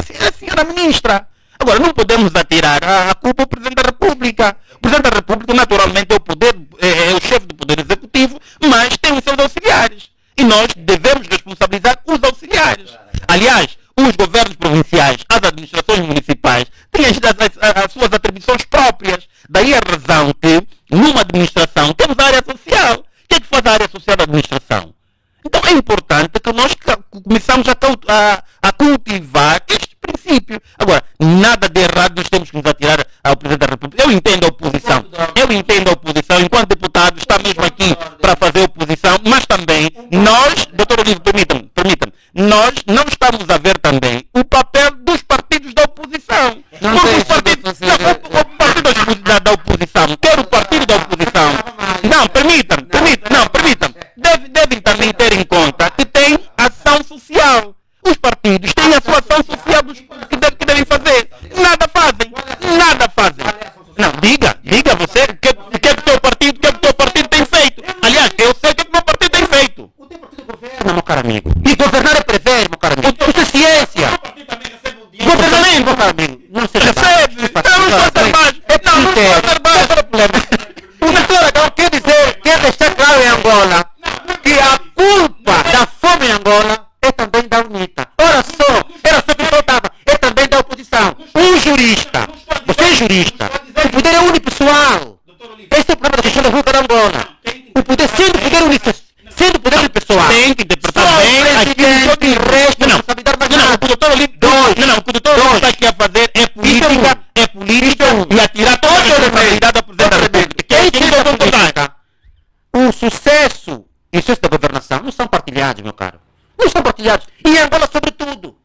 Muito bem. Doutor Olívio, doutor Aragão, doutor Saluso, peço-lhe desculpas, não lhe vou poder dar agora a palavra porque estamos a poucos minutos do final do nosso programa e ainda temos 2 temas por abordar. Portanto, vamos evoluir e muito rapidamente vamos olhar já para este tema que tem a ver com o congresso previsto para novembro da JMPLA. Já está aberta a corrida para a liderança da JMPLA. Estão abertas as candidaturas para a liderança do braço juvenil do partido no poder em Angola. A organização juvenil realiza em novembro deste ano o seu 9º congresso ordinário que vai definir a recolha de um novo, aliás, a escolha, se é que está correto, de um novo líder em substituição ao atual, que é o líder crispiniano dos Santos. Bem, Dr. Olívio, em conferência de imprensa realizada nesta sexta-feira, o primeiro secretário cessante da JMPLA, Crispiniano dos Santos, considerou histórico o 9º Congresso por permitir a apresentação de múltiplas candidaturas num prazo que se estende até o dia 26 deste mês. Acha que este cenário de múltiplas candidaturas vai se estender à máxima estrutura, ou seja, ao Comitê Central do MPLA no próximo... Isso é uma pergunta para o Aragão, que é membro do Comitê Central do MPLA, estou errado. Mas queres ser, é? Olha, eu vou guiar, tem. Pelo partido político, sim. Só que, claro, para achar não tem a potência ao poder, né? Só o poder, né? Eu acho que é o seguinte, há sim alguma coisa de novo, e de muito novo, e de positivo, nesse processo da JMPLA, que é o facto de múltiplas candidaturas. Esteve um debate há tempos aqui nesta rádio em que um dos intervenientes disse que é comum. Não é nada comum, é mesmo a primeira vez. Isso está dito, está no jornal M. É só ir verificar. Pronto, também vejo os nossos irmãos do MPLA não gostam de ler os seus próprios documentos. Depois, pronto, aparece publicamente com alguns desfazamentos em termos de teoria. Ora, a JMPLA sendo o braço juvenil e esse país sendo um país jovem, está a dar um sinal para os mais velhos. Só nos seus mais velhos estarão em condições de olhar para esse espaço que vem da base com esta responsabilidade e visão holística, que já não vai ser possível que o MPLA indique o candidato natural. Não vai ser possível. Estamos a observar a forma violenta que os militantes do MPLA têm reagido a nível da base. Aconteceu agora na Kisama. E houve outras situações a quando do Congresso da OMA. Houve outras situações do gênero, de reações alérgicas, violentas sobre anomalias, como por exemplo, candidatos indicados que não tiveram, portanto, o processo normal de candidatura e campanha, mas a JMPLA aparece com esta visão. Isto é muito interessante. Agora, o que vamos ouvindo a nível central é uma negação à fuga dessa tendência. E os jornais falam por si, e o Novo Jornal, dessa terceira edição, tem exclusividades sobre o assunto múltipla candidatura, o assunto vontade de mais um mandato do presidente João Lourenço, o assunto históricos do MPLA a exigirem ponto final, como mandam as regras do partido da Constituição ao seu atual presidente, históricos do MPLA a indicarem, a sinalizarem outras pessoas também interessadas em ser presidente do MPLA e da República. Portanto, entendo que isto não vai acontecer ao nível, quer dizer, haverá muita resistência, como é óbvio, mas impedir isso é travar o sol com a peneira ou o vento com as mãos, porque não é aceitável que um partido político que governa um país democrático na Constituição não seja democrático internamente, porque deve-se governar pelo exemplo interno. Por isso é que nós temos hoje as dificuldades que temos do MPLA encarar a democracia como um valor político, como um valor universal. A democracia deve ser percebida como resultado do exercício contínuo de várias disciplinas. Todas elas são democráticas. E há um autor interessante que falou da democracia que não há, considerou a democracia o bem político mais precioso dos nossos tempos. E o MPLA está com dificuldade de assumir isso. Obrigado, Dr. Olívio. Dr. Mário Aragão, 48 horas depois da abertura oficial da apresentação de candidaturas à liderança da JMPLA, a Comissão de Mandatos do 9º Congresso não registrou a entrada de nenhuma candidatura. Quer argumentar? Não quero. Não tenho medo. Não vou.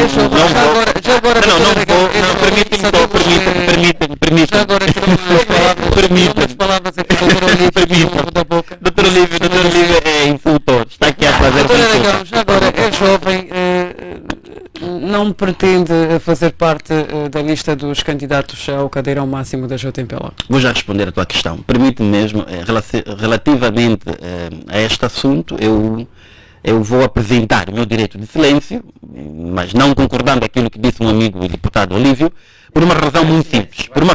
Vou ficar no silêncio, por uma razão muito simples. Por uma razão, permita-me, vou lhe dar o meu tempo mesmo. Por uma razão muito simples. Eu tenho a pretensão de apresentar a minha candidatura nos próximos dias, por respeitar aquelas pessoas que também queiram apresentar as suas candidaturas, é que não estão aqui presentes para se autopromover, eu não estou para autopromover, então eu apresento aqui o meu silêncio e deixo o meu amigo atirar as pedras no MPLA, como tem feito. Vamos a eles!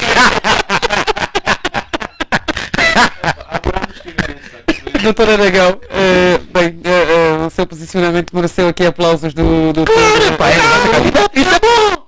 Por isso eu apresento aqui o meu silêncio e não deixar que um amigo deputado volta a tirar as pedras do MPLA, que nós estamos acostumados. Doutor Salus, qual é a visão que tem deste conclave que vai acontecer em novembro?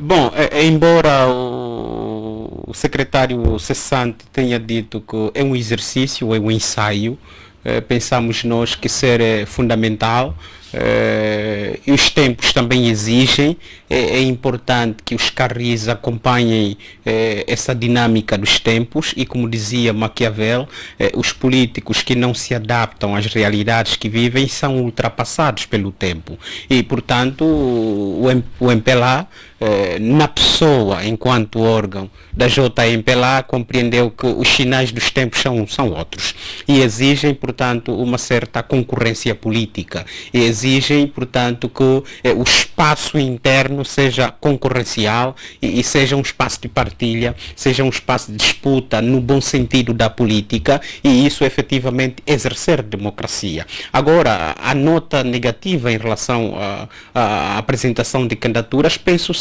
será a limitação de idade. Quando você olha, por exemplo, para a Carta Africana da Juventude de Banjul de 2006, a ideia, a compreensão e caracterização do jovem é que seja aquele indivíduo que tenha 15 anos até mais ou menos 35 anos de idade. E não faz sentido que a limitação seja para 30 anos. Portanto, é muito normal e compreensível que quem tenha 31, 32 concorra. Por quê? Porque ainda é jovem. Caracteristicamente é jovem, tendo em conta, claro, a concepção universal, vou assim dizer, de jovem está dentro, portanto, dos critérios critérios de juventude. Nós entendemos que não se pode pensar democracia sem termos partidos democráticos, não podemos pensar democracia sem termos cidadãos, membros de partidos que inculquem a cultura da democracia no seu estilo de vida, como forma de ser, de pensar, de agir, no seu modus operandi. E, portanto, o MPLA é daquelas organizações que já nos habituou a dizer que a democracia lhes foi imposta, já nos habituou a dizer que a democracia é cultura para lá dos europeus e não tem nada a ver com os nossos aspectos africanos, é importado, mas, portanto, compreende que hoje, quando discutimos formas de governo, hoje, quando discutimos a melhor forma de governo, obviamente que a democracia é daquelas compreendida como preferência, né? Porque ela tem em vista valores universais, como dignidade da pessoa humana, como respeito a liberdades, garantias fundamentais, e, portanto, são valores absolutos na compreensão daquilo que é a relação entre os humanos. E claro, para terminar, dizia Michels que nós não podemos pensar a democracia num espaço societal onde não exista democrata.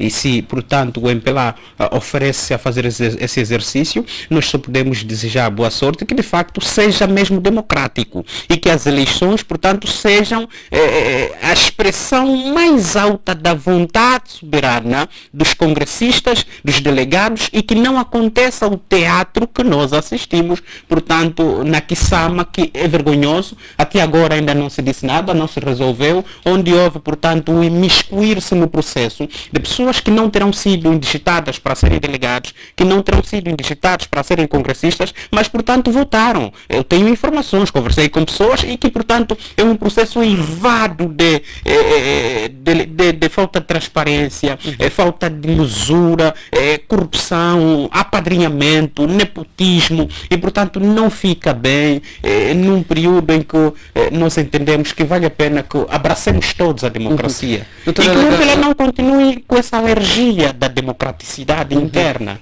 Doutor Aragão, eu sei que se quer manter em silêncio, mas ainda assim eu gostaria de lhe perguntar, acredita neste processo que, ao que tudo indica, ou pelo menos segundo as palavras de Crispiniano dos Santos, será democrático pelo facto de privilegiar múltiplas candidaturas? Por outro lado, já disse que vai apresentar a sua candidatura, gostaríamos de saber quando é que pretende avançar. Nos próximos dias. Não quer aqui terminar o horizonte.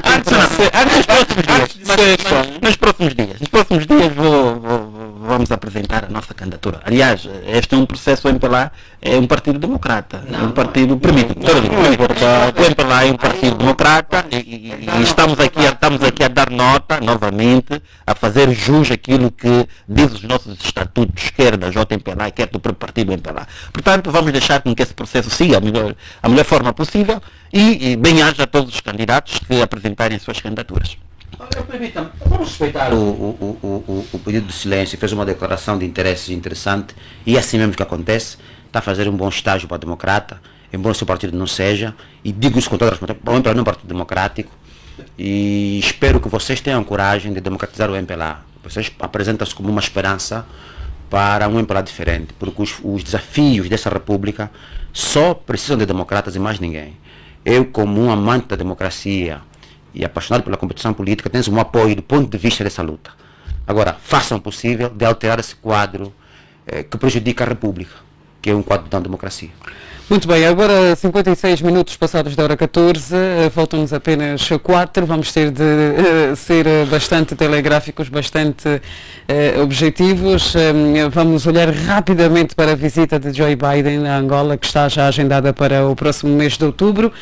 O presidente dos Estados Unidos vai visitar Angola no próximo dia 14 de outubro. A notícia que aponta a data da visita foi avançada pelo Jornal Económico, confirmada pelo Jornal Negócios e partilhada pelo portal de notícias Clube K. Esta será a primeira vez que um chefe de Estado norte-americano se desloca ao país. A viagem de Biden é uma vitória diplomática do presidente angolano João Lourenço, que tem apostado numa trajetória de aproximação aos Estados Unidos. Durante a visita de João Lourenço, ou durante a visita que o presidente angolano João Lourenço realizou aos Estados Unidos em novembro do ano passado, Biden prometeu visitar Angola. A circunstância de ter desistido de uma recandidatura à Casa Branca fez com que o mês de outubro fosse, na prática, a única janela de oportunidade em plenitude de funções para concretizar a promessa. 1 minuto a cada. Dr. Saluce, vamos começar por si. Bom, a ser, portanto, prático, a acontecer, vai ser de facto uma grande vitória, não para Angola, mas para o presidente João Lourenço, né? Isso vai alimentar o seu orgulho político, porque Biden é também uma figura muito impopular nos Estados Unidos da América, nem vamos entrar nessa discussão. É um presidente que vai a casa, vai descansar agora, portanto não vejo do ponto de vista político grandes ganhos para o país. O que vai acontecer, efetivamente, a ser uma realidade, é o encher, o inflamar de orgulho político por parte do presidente João Lourenço, portanto vir a ser o primeiro, claro, na sua vigência governativa, a receber o presidente daquela que é considerada como a potência mundial. E, portanto, todos nós sabemos nos bastidores quanto é que se tem gasto para, portanto, termos os americanos como os preferidos, né? E os americanos terem Angola como os preferidos também. É preciso ter muito cuidado, porque politicamente já é mais do que compreensível que os americanos não têm amigos, os americanos pura e simplesmente têm aliados. E desse ponto de vista não vejo grandes ganhos, porque quem vai definir a política externa norte-americana dos próximos 5 anos não vai ser Joe Biden. E, portanto, não vejo aqui grandes ganhos e provavelmente o que nós vamos fazer efetivamente é esbanjar mais dinheiros. Fala-se, portanto, de mais de 70 milhões de kwanzas ou dólares que se está a gastar para branquear a imagem de Angola e do presidente João Lourenço, portanto, nos Estados Unidos da América e nos fazedores da política norte-americana, principalmente no que diz respeito à política externa. E desse ponto de vista, vai sair a ganhar o presidente João Lourenço e, portanto, nós, enquanto Angola, efetivamente não vamos ganhar nada, porque os Estados Unidos vêm aqui para dar continuidade àquela ideia da geopolítica internacional, né, do domínio, portanto, do mundo e, portanto, de afastar a presença chinesa em Angola, em África no geral. Obrigada. Deputado Olívio Quilombo. Olha, eu subscrevo em grande medida o que disse Saluce. É uma vitória contra o MPLA do presidente João Lourenço, porque em fim de mandato Joe Biden não altera absolutamente nada na política externa norte-americana, e mais, os norte-americanos têm uma grande separação de poderes e a administração da Casa Branca não interfere no Estado americano. É só vermos que todos os relatórios do Departamento de Estado sobre Angola são negativos, econômico, dos direitos humanos, já não se fala a questão da fome, a democracia, a corrupção, são todos negativos. Portanto, o Estado americano tem um olhar diferente sobre Angola, mas a administração Biden, em fim de mandato, tem um olhar diferente e age de forma diferenciada. Portanto, é uma ação da diplomacia. Agora, eu tenho aqui algumas dúvidas, porque sei que esta vinda faz, por exemplo, dia 14, a Casa Branca ainda não confirmou, o embaixador também não confirmou, a Casa Branca que faz a gestão exatamente do presidente Biden. E se fosse uma questão agendada de facto dentro daquilo que é o meu conhecimento, que eu sou um ignorante, que eu considero muito ignorante, da viagem do presidente norte-americano, são 60 dias de preparação. E isso implica uma logística inimaginável. Se ele tiver que passar a noite, para terem uma ideia, se ele tiver que passar a noite em Angola e for à casa de banho, até os dejetos são levados. Até os dejetos. Significa que tem que estar aqui uma estrutura logística com os meses de antecedência, no aeroporto, tem que ser visível alguma movimentação estranha daquelas aeronaves. Bastante enfim, profundo e nós não estamos a ver isso. Vamos esperar que... Sim, se acabar uma passagem de algumas horas, mesmo assim algumas horas em território não americano, a NSA, a estrutura de defesa norte-americana, movimenta, portanto, foge-me agora o termo, um aparato militar e de segurança astronômico. E ainda não sinto esses sinais. Então, vamos esperar que, portanto, sim, que, portanto, seja confirmada pela Casa Branca, fazenda do presidente, e pela embaixada publicamente, porque o embaixador deu uma entrevista esta semana e não confirmou absolutamente nada. Doutor Aragão, tem informações diferentes a estas que avançou em instantes o Dr. Quilombo? Naturalmente. Não, naturalmente. Informações privilegiadas. Não, a informação é aquela que todos nós temos. E aqui não vamos tratar do líder, porque o líder é no partido. Aqui vamos tratar do Presidente da República. Aliás, o ganho não é só do Presidente da República. O ganho é da República de Angola. Aliás, o Presidente norte-americano não vai visitar o cidadão João Lourenço. Vai visitar Angola. E o Presidente João Lourenço, temos que reconhecer que, de facto, na arena internacional, esteve bem. O Presidente João Lourenço esteve bem na arena internacional. Tem estado a cumprir aquilo que as normas internacionais o dizem. Portanto, caso vier o Presidente Biden, se a notícia seja verdadeira, o Presidente Biden vem para Angola, graças a Deus nós temos que dizer que, de facto, o Presidente João Lourenço conseguiu trazer, temos que dizer que o Presidente João Lourenço conseguiu trazer um presidente norte-americano. Aliás, nós também temos já de começar a olhar naquilo que será a posição de Angola na União Africana. O Presidente João Lourenço será candidato a presidente da União Africana. Lógico que os países americanos, asiáticos e europeus têm agora o Presidente João Lourenço como o presidente dos presidentes da África. Sim, não, é importante dizer isso. É importante dizer isso, porque está numa organização internacional de África, não é para qualquer cidadão. Portanto, eu entendo